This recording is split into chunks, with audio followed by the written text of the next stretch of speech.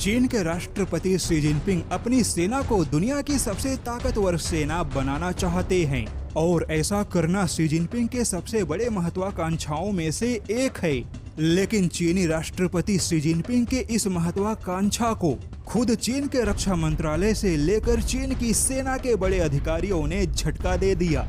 दरअसल भारत के सबसे बड़े दुश्मन चीन को लेकर अमेरिका ने अपने एक रिपोर्ट में कुछ ऐसा दावा किया है जो यह बता रहा है कि चीन के बड़े ढोल जैसे सेना के अंदर बहुत बड़ा पोल है।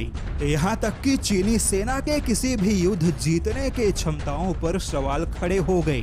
अमेरिका के खुफिया रिपोर्ट से यह खुलासा हुआ कि चीनी रक्षा मंत्रालय से लेकर चीनी सेना का पूरा तंत्र ही बहुत बड़े भ्रष्टाचार में लिप्त है, या फिर यूं कहें कि चीनी सेना में भ्रष्टाचार की सारी हदें पार हो गई। जैसे कि चीन ने अपना रॉकेट फोर्स बनाया, लेकिन चीन के इस रॉकेट फोर्स के जिन मिसाइलों में ईंधन होने चाहिए उन मिसाइलों में केमिकल और पानी भर के रखा गया है। चीनी सेना के आधुनिकीकरण पे खर्च होने वाला पैसा भ्रष्टाचार में डूब रहा है। यहाँ तक कि चीन के फाइटर जेट से लेकर चीन के तोप, टैंक और मिसाइलों तक में गुणवत्ता वाले कलपुर्जों की भारी कमी है।